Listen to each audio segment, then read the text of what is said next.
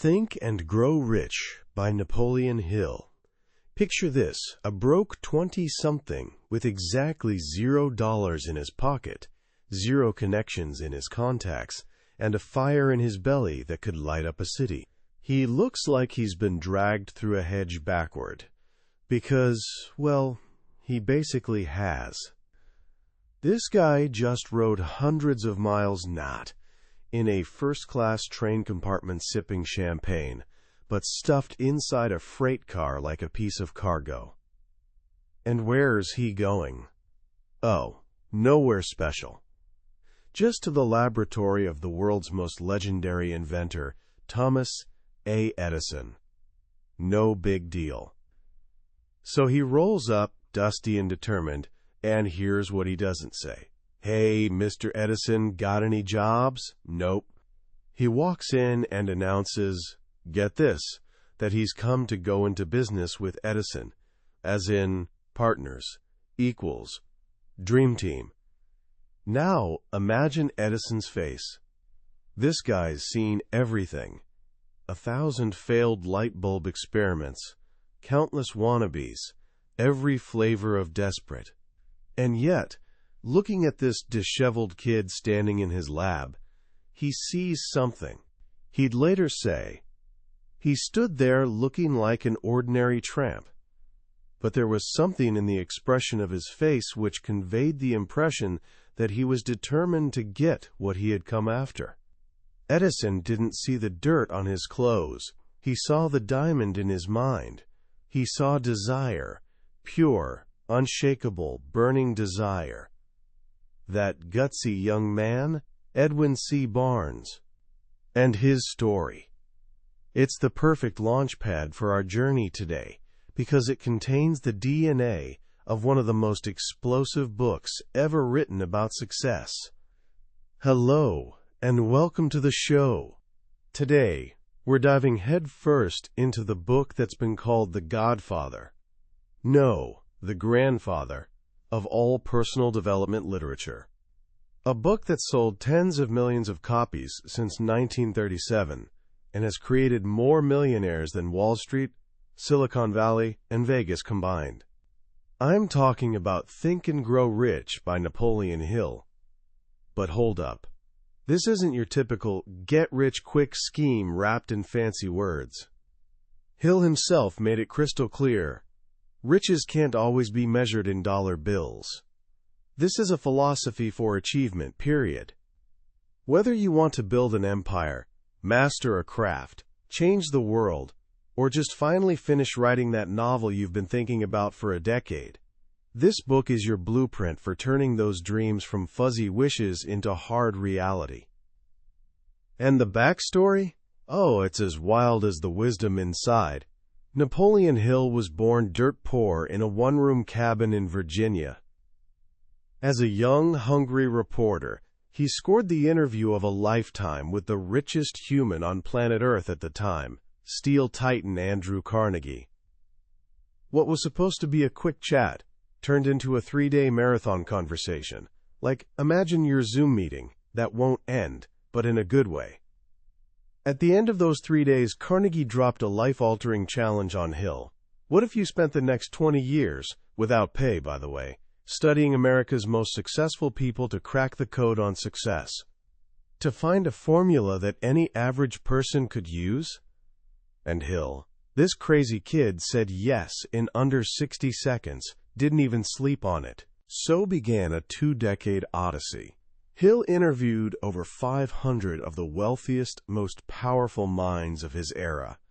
Legends like Henry Ford, Thomas Edison, Alexander Graham Bell, John D. Rockefeller. What Carnegie believed, what Hill discovered, was that success wasn't random luck or good genes. It followed laws. Invisible but ironclad laws that anyone could learn and apply. Today, I'm about to hand you the keys to that philosophy. By the time we're done here, you'll understand the secret that Carnegie whispered to Hill all those years ago. A secret that can turn you into the master of your own destiny and the captain of your own soul. Buckle up. Book Summary. Chapter 1. The Starting Point of All Achievement. Desire. Let's start with the big one.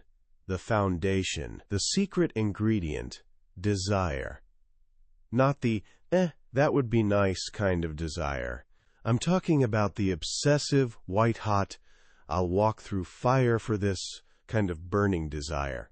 The kind that wakes you up at 3 a.m. with ideas buzzing in your brain like caffeinated bees. Hill says that every achievement, every fortune, every incredible comeback story starts here, with a thought, a desire crystallized into a definite purpose. Think about it.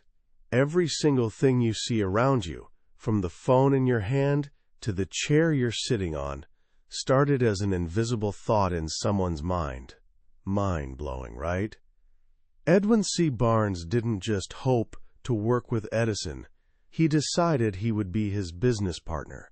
There's a massive difference. A decision cuts off all other possibilities. It burns the boats. When Barnes finally got his shot, and it took years of sweeping floors and doing grunt work, he seized it like his life depended on it, which, in a way, it did. Hill breaks it down into 6 concrete steps to turn desire into gold. 1. Fix in your mind the exact amount of money you desire or the exact thing you want. Don't be vague. I want to be successful means nothing. I want to earn $100,000 by December 31st means everything. 2. Determine exactly what you're willing to give in return. There's no such thing as something for nothing. What will you sacrifice? What will you create? What value will you deliver? 3. Establish a definite date when you intend to possess this thing. Deadlines have power. They transform wishes into commitments. 4. Create a definite plan and begin immediately. Don't wait for perfect. Start before you feel ready. Plans improve as you go. 5. Write it all down. Your goal, your deadline, what you'll give, your plan, everything. Make it concrete. Make it real. 6. Read your statement aloud, twice a day, morning and night. See yourself already in possession of it. Feel it. Believe it with every cell in your body. This isn't positive thinking fluff. This is programming your subconscious mind like a supercomputer. Your subconscious doesn't argue or doubt. It just works to bring you whatever you feed it most consistently. Chapter 2, Faith, Visualization, and Belief. Okay, so you've got your burning desire. Now what? You need its best friend, faith. Faith is that deep down, bone-level certainty that what you want is already on its way to you. Not hope. Not fingers crossed, maybe. Knowing. Hill drops this bomb. Faith is the head chemist of the mind. When faith mixes with thought, the subconscious mind picks up the vibration and translates it into its spiritual equivalent. Whoa, heavy stuff. But here's the catch. You can't fake it. You can't just say, I believe, while your inner voice screams, yeah, right, who am I kidding? So how do you build real faith? Autosuggestion. This is your secret weapon. It's the process of feeding your subconscious mind through repeated thoughts and emotions. Every day, you read your definite purpose statement from Chapter 1 out loud, with feeling. You close your eyes and see yourself already successful. You feel the joy, the pride, the satisfaction. You make it vivid. You make it emotional. Over time, and yes, it takes time, your subconscious accepts this as truth and starts working 24/7 to make it reality. Your thoughts literally become things. Sounds wild, but Hill shows story after story of people who did exactly this and changed their entire lives. Hill's own son was born without ears. Doctors said he'd never hear, but Hill refused to accept it. He used autosuggestion, repeatedly telling his son that he would hear, that he'd turn his affliction into his greatest asset. And you know what? His son eventually developed a way to hear and built an incredible life. The power of relentless faith in action. Chapter 3. Autosuggestion, the medium for influencing the subconscious mind. Let's go deeper on this because it's crucial. Autosuggestion is the bridge between your conscious mind and your subconscious mind. Your conscious mind is logical, rational, questioning. Your subconscious mind? It doesn't judge. It just accepts and acts on whatever you plant there, most consistently. Most people spend their lives accidentally programming their subconscious with doubt, fear, and negativity. I'm not good enough. I'll never get ahead. People like me don't succeed. Then they wonder why life keeps proving them right. Hill says you've got to take control. You've got to deliberately, systematically feed your subconscious mind the thoughts, images, and beliefs you want to manifest. Here's the key. Just reading words isn't enough. You need emotion. Your subconscious only responds to thoughts that are supercharged with feeling. So when you read your written statement, you can't just mumble it like a grocery list. You have to feel it. Get excited. Get passionate. Let yourself experience, right now, the feelings of already having achieved your goal. Do this morning and night, every single day, without fail, even when you don't feel like it. Especially when you don't feel like it. Consistency creates miracles. Chapter 4. Specialized knowledge. Here's a truth bomb that'll mess with your head. Knowledge is not power. Wait, what? Yeah, you heard right. Knowledge is potential power. It only becomes actual power when it's organized and intelligently directed toward a definite purpose. Think about it. Libraries are stuffed with knowledge. The internet has practically infinite information at your fingertips. But does that make everyone successful? Nope. Because most people don't apply what they know. Hill says you don't need to be the smartest person in the room. You just need access to specialized knowledge for your specific goal. And here's the kicker. You can acquire that knowledge through a mastermind group, more on that soon, or by hiring experts. Henry Ford proved this beautifully. Some lawyer tried to embarrass him in court, firing off question after question to show Ford was ignorant. Ford finally snapped back. I have a row of electric push buttons on my desk. By pushing the right button, I can summon to my aid anyone who can answer any question I desire to ask. Why should I clutter up my mind with general knowledge when I have people around me who can supply any knowledge I require? Boom. Ford understood. He didn't need to know everything. He just needed to know WHO to ask. That's specialized knowledge in action. Your job? Identify exactly what knowledge you need for your goal. Then acquire it through books, courses, mentors, or by surrounding yourself with people who have it. Keep learning. Keep growing. But never confuse collecting knowledge with taking action. Chapter 5. Imagination. This is where things get magical. Your imagination is the workshop where all your plans are created. It's the laboratory where thought transforms into reality. Hill identifies two types of imagination. Synthetic imagination. This takes existing ideas, concepts, and plans and rearranges them into new combinations.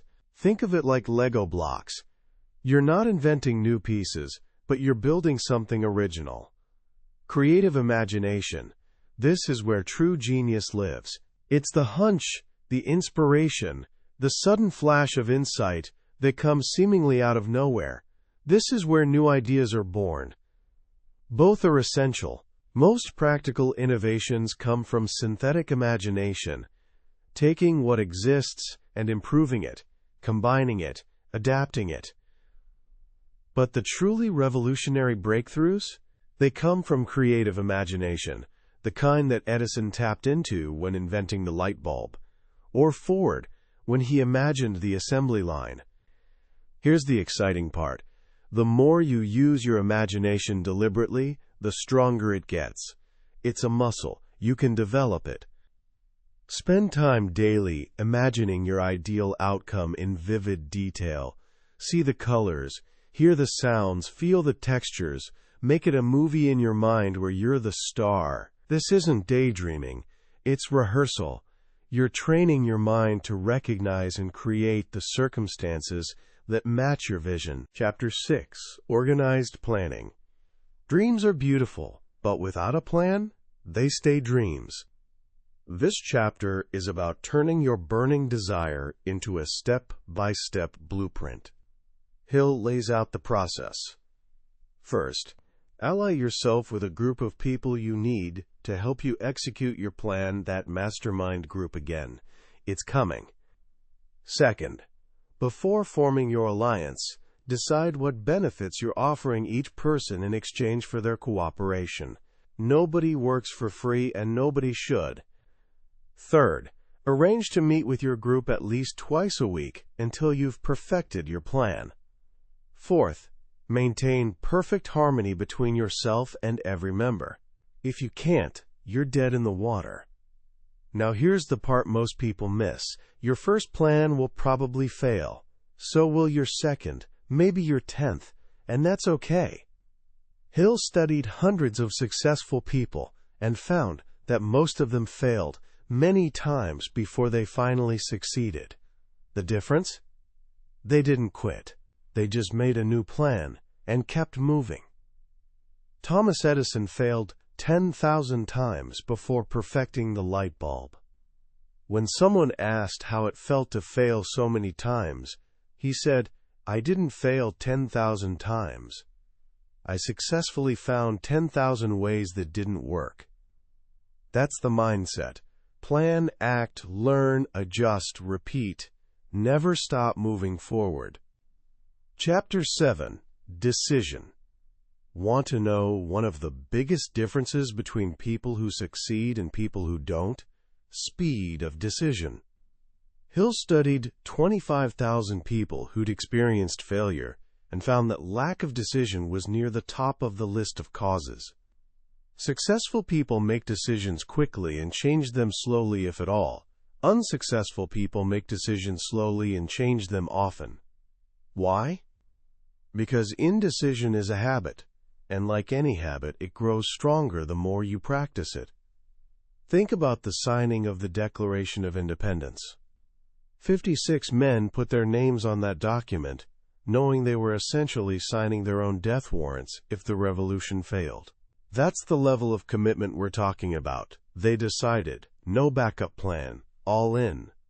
You don't need to risk your life, but you do need to risk your comfort zone. Make a firm decision about what you want. Then commit to it. Stop waffling.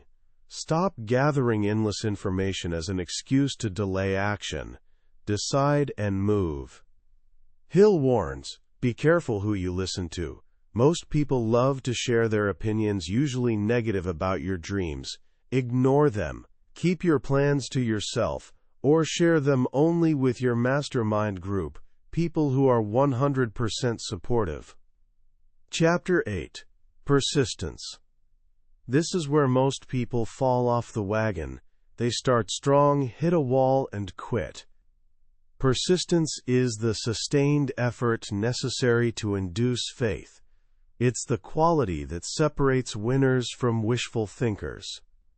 Hill doesn't sugarcoat it. The majority of people are ready to throw their aims and purposes overboard and give up at the first sign of opposition or misfortune. Ouch!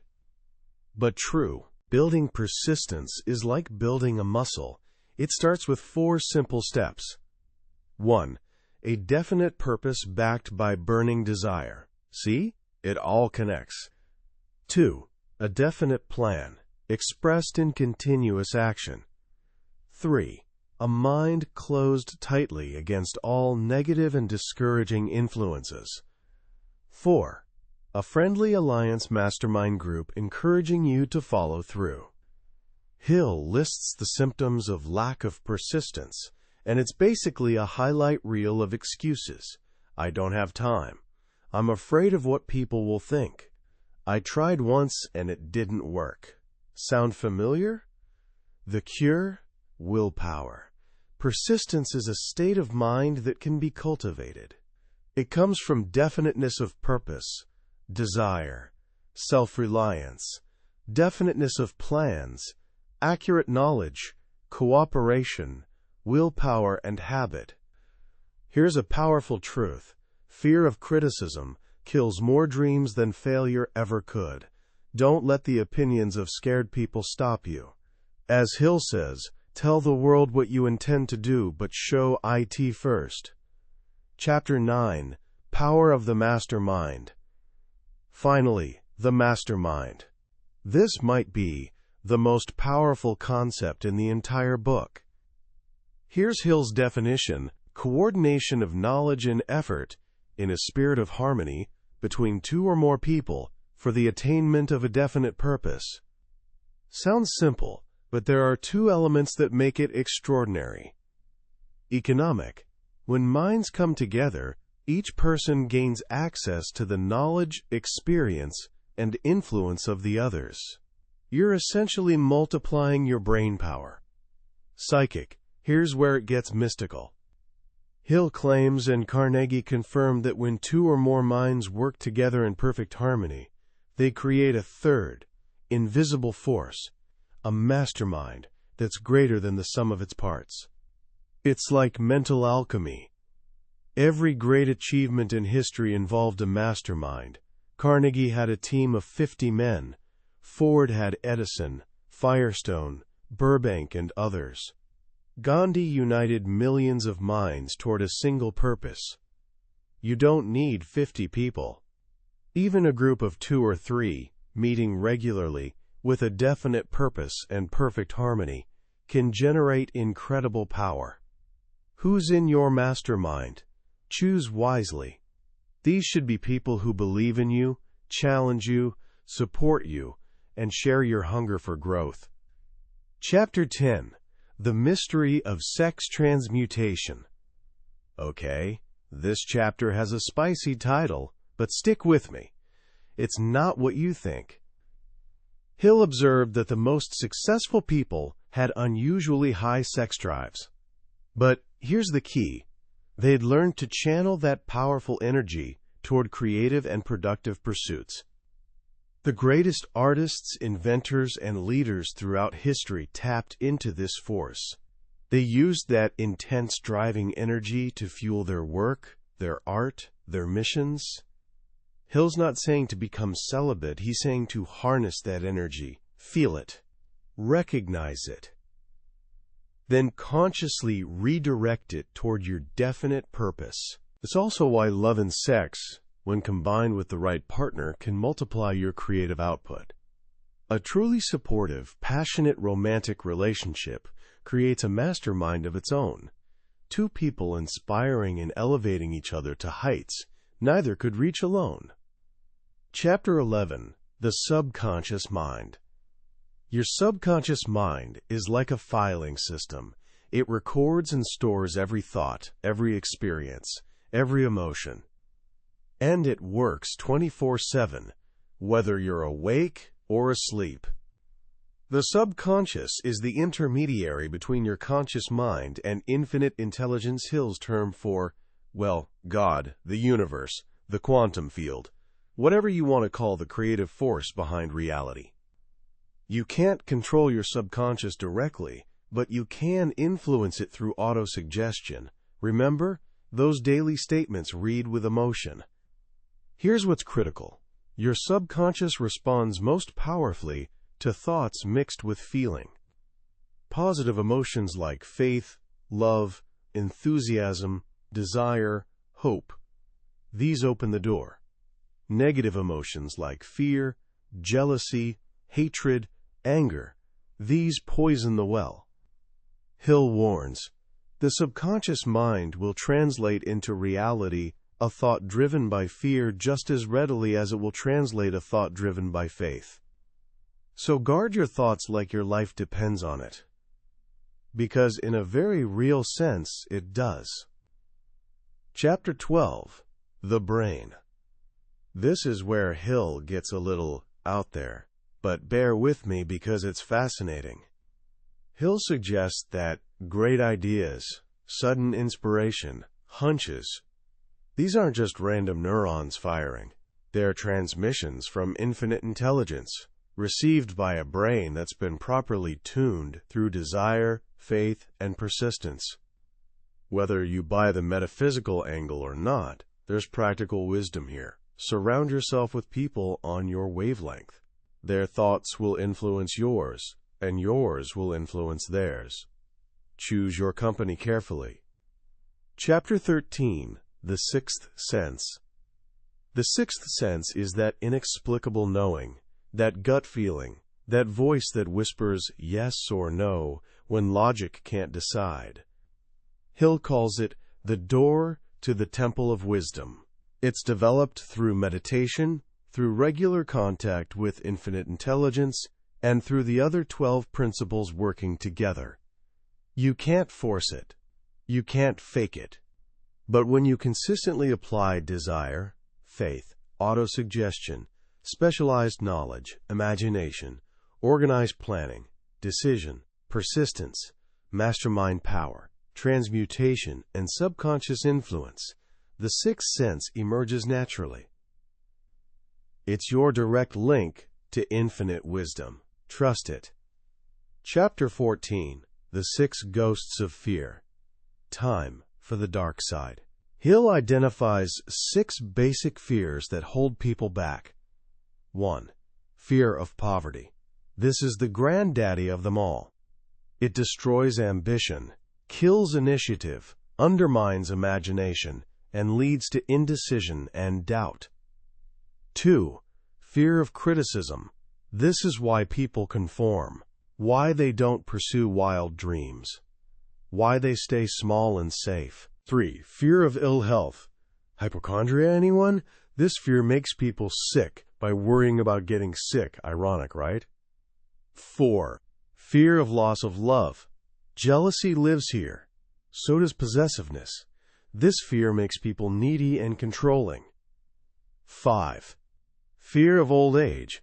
The fear of no longer being useful, attractive, or alive. It robs people of initiative and kills ambition in later years. 6. Fear of death. The ultimate fear. But Hill argues that death is nothing more than a transition. Those who accept this find incredible freedom. Here's the kicker. Most of these fears are imaginary. They exist only in your mind. The remedy? Face them, name them, shine a light on them. They shrivel in the presence of awareness and action. Hill ends with a warning about susceptibility to negative influences. Basically, stay away from toxic people, negative news, and fear-based thinking. Protect your mental space like it's Fort Knox. Commentary.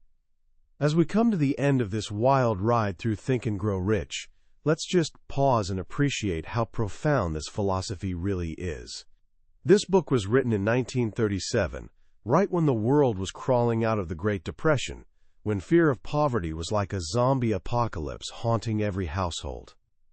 Yet, somehow, Hill's message feels even more relevant today. In our modern world, drowning in distractions, where victim mentality gets more likes than personal responsibility, where everyone's an expert but nobody takes action, Hill's emphasis on self-reliance, definiteness of purpose, and mind control is basically a life raft in a sea of chaos. For me, the most earth-shattering lesson is this beautifully simple yet paradigm-smashing idea: your thoughts create your reality. Not someday, not metaphorically, literally. Your desires, when emotionally charged with faith and backed by relentless action, set into motion a series of events, both inside you and outside you, that lead to their fulfillment. You become what you think about most. Mind blown. What makes this book timeless isn't abstract theory, it's the stories. Real people, real struggles, real victories. Edwin C. Barnes, refusing to accept no from the world's greatest inventor. Hill's own son, overcoming what doctors said was impossible. These aren't fairy tales. They're blueprints showing that these principles work for anyone gutsy enough to apply them. The mastermind concept? Oh man, that's another game changer. In our age of toxic individualism and self-made mythology, Hill reminds us, nobody wins alone. True power comes from aligning with others in perfect harmony, creating a collective intelligence that's exponentially greater than the sum of its parts. It's the ultimate counter-narrative to the lone wolf genius fantasy. So how can you start applying this today, right now? Here are 3 ridiculously simple but devastatingly effective actions. First, grab paper. Seriously, right now, write down your definite chief aim. What's the one thing you desire more than anything? Be brutally specific. Put a date on it. Describe exactly what you'll give in return. This isn't journaling. It's activating a force of nature. Second, start your autosuggestion ritual tonight. Before sleep, read your statement aloud. Close your eyes. See yourself already living your goal. Feel the excitement, the gratitude, the pride. Do it again when you wake up. 5 minutes, twice a day. This tiny ritual, done consistently, will literally rewire your brain for success. Third, assemble your mastermind. Who are the 1 or 2 people who genuinely support your ambitions? Not yes men, but real allies. Schedule a time to connect. Create a sacred space of mutual encouragement, accountability, and wild brainstorming. The energy you'll generate will blow your mind. In the end, Think and Grow Rich is a challenge, a gauntlet thrown at your feet.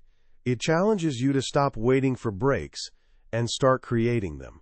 It challenges you to take absolute, non-negotiable responsibility for your thoughts, because those thoughts will architect your entire life. It challenges you to conquer your fears, banish your alibis, and demand from life the riches you desire, knowing that if you have the desire, the faith, and the persistence, life has no choice but to deliver. That was a summary of Think and Grow Rich by Napoleon Hill. Look, we've covered the core ideas today, but I gotta be straight with you. A summary is just a map. The real treasure?